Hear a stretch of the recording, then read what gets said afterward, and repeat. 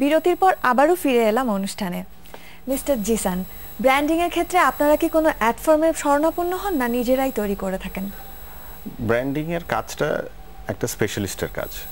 স্পেশালিস্টের কাজ স্পেশালিস্টকে দেওয়াটাই ঠিক, এটাই এটাই এটাই আদর্শ হওয়া উচিত। সুতরাং আমরা বিজ্ঞাপনী সংস্থার সাথেই কাজ করি। আমরা সাধারণত একটা ব্রিফ দিই, টার্গেট গ্রুপ কি হবে, ক্যাম্পেনের অবজেক্টিভ কি হবে, কখনো কখনো বলে দিই ক্যাম্পেনের বাজেট কি হবে, কখনো কখনো বলে দিই যে আমাদের প্রেফার্ড মিডিয়া কি হবে, মানে টিভিতে যেতে চাই না প্রেসে যেতে চাই, নাকি শুধু প্রেসে থাকতে চাই, নাকি কোনো কিছুতেই যেতে চাই না মার্চেন্ডাইজিং দিয়ে যেতে চাই বা বিলবোর্ডে যেতে চাই, এগুলো বলে দিই আমরা।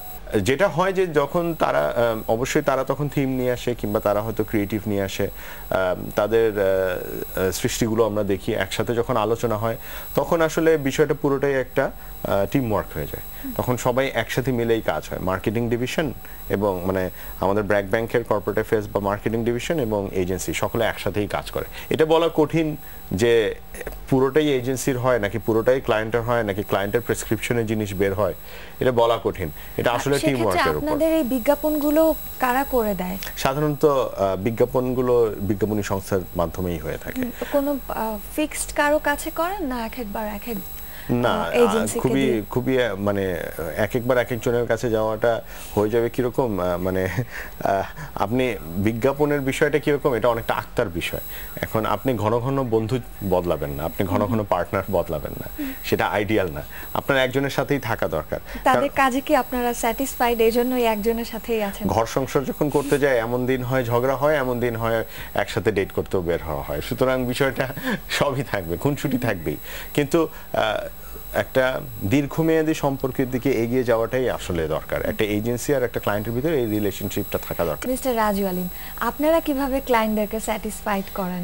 এতগুলো চ্যানেল হয়েছে যে এখানে এই ধরনের মিডিয়া হাউস কিন্তু খুব দরকার, যেখানে বড় বড় প্রতিষ্ঠানগুলো অনেক বড় ধরনের কিছু প্রোডাক্ট তারা লঞ্চিং করবে এবং সেখানে তাদের মিডিয়া সাপোর্ট দরকার। তারা এরকম লোক আছে যারা ব্র্যান্ডিং দেখে, বাট তাদের কর্পোরেট অ্যাফেয়ার্স আছে, কিন্তু তারপরও সে কিন্তু সব চ্যানেলের হেড অফ নিউজ কে, নিউজ এডিটর কে কিংবা চিফ রিপোর্টারকে তারা জানে না, বা জানে অতটা যেতে চায় না, তারা হ্যাসেলে যেতে চায় না। তারা চায় যে ওকে ফাইন, একটা টোটাল এস্টাবলিশ মিডিয়া হাউসকে যদি তারা জিনিসটাকে দিতে পারে যে এই চ্যানেলটা, এই প্রতিষ্ঠানটা কি করলো, কাভারেজ করলো, প্রোগ্রামটা করার পরে ইটিভি, চ্যানেল আই, এটিএন কিংবা সব চ্যানেলে তারা নিউজ পাঠালো, যে চ্যানেলটা মিস করলো ওখানে তারা পাঠিয়ে দিল।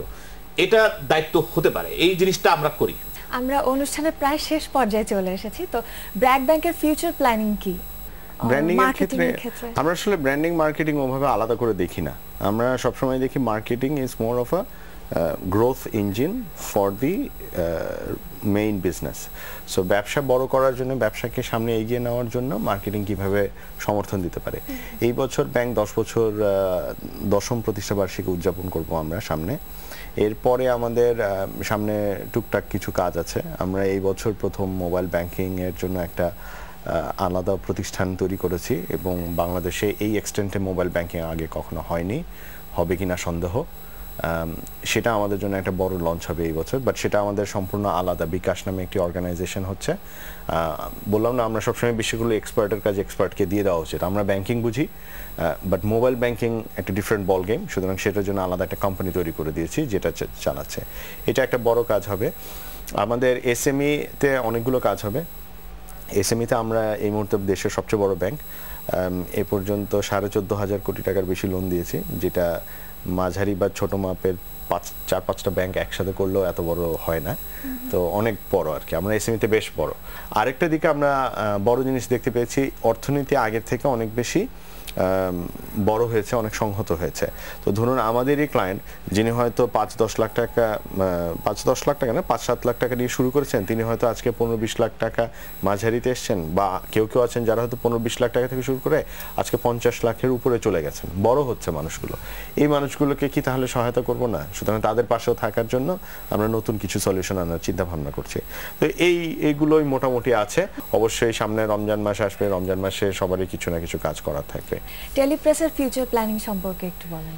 একটা মানুষ কিন্তু এই যে আমরা যারা শুরু করেছিলাম, যারা ইন্ডাস্ট্রিতে, যারা মিডিয়াতে কাজ করছি, মিডিয়া কর্মী হিসেবে আমরা বলি যে আজকে যদি আমি আজকে টেলিপ্রেস একটা মিডিয়া হাউস হিসেবে আমার প্রতিষ্ঠা করতে চাই, তাহলে কিন্তু প্রথমেই আমাকে কৃতজ্ঞতা জানাতে হবে সেই বিটোপি রেজা আলী সাহেবকে, কিংবা এক্সপ্রেশনের রামেন্দ্র মজুমদারকে, কিংবা ইউনিটেনকে কিংবা গ্রে কিংবা এই ধরনের প্রতিষ্ঠানগুলো কিন্তু ব্যাপক কাজ করেছে। টেলিপ্রেস সেই মানে অনুপাতে খুব ছোট্ট একটি হাউস, কিন্তু এটির একটি ড্রিম হাউস মনে করি আমি একটা সাধারণ মানুষ, সাধারণ গ্রাম থেকে আসা একজন তরুণ, কিন্তু আমি স্বপ্ন দেখি অনেক ইন্টারন্যাশনাল, খুবই গ্লোবালাইজেশনের স্বপ্ন দেখি আমি, যে আমার ব্র্যান্ড, আমার দেশের ব্র্যান্ড অনেক বাইরে অনেক বড় দেখতে চাই আমি।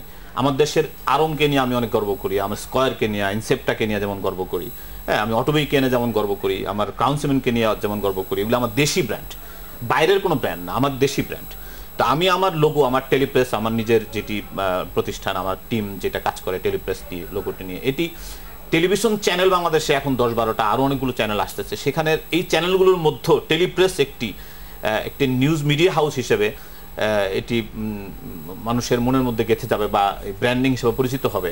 সেটি news media, marketing, buying, booking এবং ইভেন্ট এবং নিউজ মিডিয়া হাউস হিসেবে ব্যাপকভাবে কাজ করবে, এবং সেটিতে অবশ্যই আমাদের টেলিভিশন চ্যানেলগুলোর যারা কর্মকর্তা আছে এবং যারা মালিক আছে তাদেরও সহযোগিতা দরকার, এবং একই সাথে কর্পোরেট যারা বিজনেস পার্সোনালিটি আছে, যারা বোঝে যে বিজনেসে যদি বড় কিছু করতে হয় তাহলে মিডিয়া একটা মাস্ট, প্রচারই প্রসার যে একটা বাংলা কথা বলে, আসলে এটি অনেক বড় দরকার। অর্থাৎ আপনারা খুব সাকসেসফুলি আপনাদের বিজনেসটা প্রতিষ্ঠা করতে যাচ্ছেন। Thank you. আচ্ছা, আমাদের অনুষ্ঠানে আসার জন্য আপনাদের দুজনকেই অনেক ধন্যবাদ। একুশে টিভিকে ধন্যবাদ। দর্শক, অনুষ্ঠান সম্পর্কে আপনাদের কোনো মতামত থাকলে আমাদের কাছে ইমেইল করতে পারেন। আমাদের mail address rideonthetop@ekushe-tv.com। So viewers, দেখা হবে আগামী পর্বে, same time same channel ride on the টপে নতুন কোনো টিভিসি নিয়ে। Till then, good bye.